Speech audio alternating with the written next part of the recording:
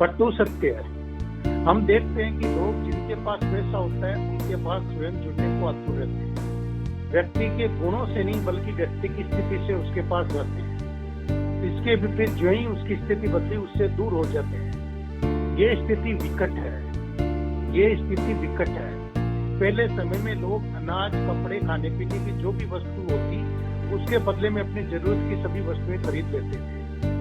पहले समय में लोग कपड़े, खाने पीने की जो भी वस्तु होती उसके बदले में अपनी जरूरत की वस्तुएं खरीद लेते थे। आज के काल में भी आदिम सभ्यता का वस्तु विनिमय धातु और कागजी मुद्राओं से लेकर आधुनिक डिजिटल मनी सभी प्रचलित है, पर अब स्वरूप बदल गया है। मानव सभ्यता का जिसे विकास हुआ है और उसके मन में ये भाव आया कि पैसे की ताकत ही जीवन में सबसे बड़ा साधन है। उसके बिना जीवन शून्य है। उसके बल पर वह कुछ भी कर सकता है। पैसे को साध्य मानने वाले लोग आज भी पैसे से बड़ा मानव सभ्यता को मानते हैं, पर ऐसे लोग काफी कम हैं। उनके लिए ये मोह माया है, परंतु वास्तविक जिंदगी में मुद्रा बहुत जरूरी है। रोजी रोटी, शिक्षा, स्वास्थ्य, न्याय, आवागमन, सामाजिक कार्य, पर्यटन, आवास आदि में मुद्रा का ही बोलबाला है। रोजी रोटी, शिक्षा, स्वास्थ्य, न्याय, आवागमन, सामाजिक कार्य, पर्यटन, आवास आदि में मुद्रा का ही बोलबाला है।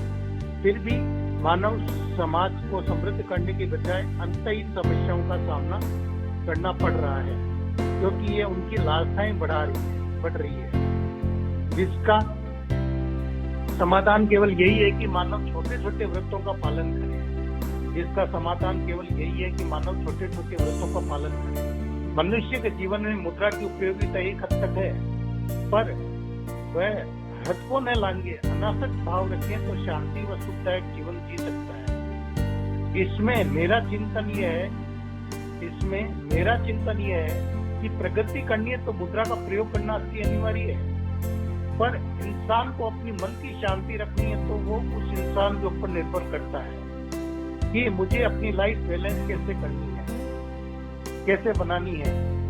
तब सार ये निकलता है कि जो साधक मनुष्य जीवन का ध्येय आत्म कल्याण में लगे हैं, तब सार ये निकला कि जो साधक मनुष्य जीवन का ध्येय आत्म कल्याण में लगे हैं, उन्होंने परिग्रह त्याग दिया, तो उनके जीवन का क्या कहेंगे?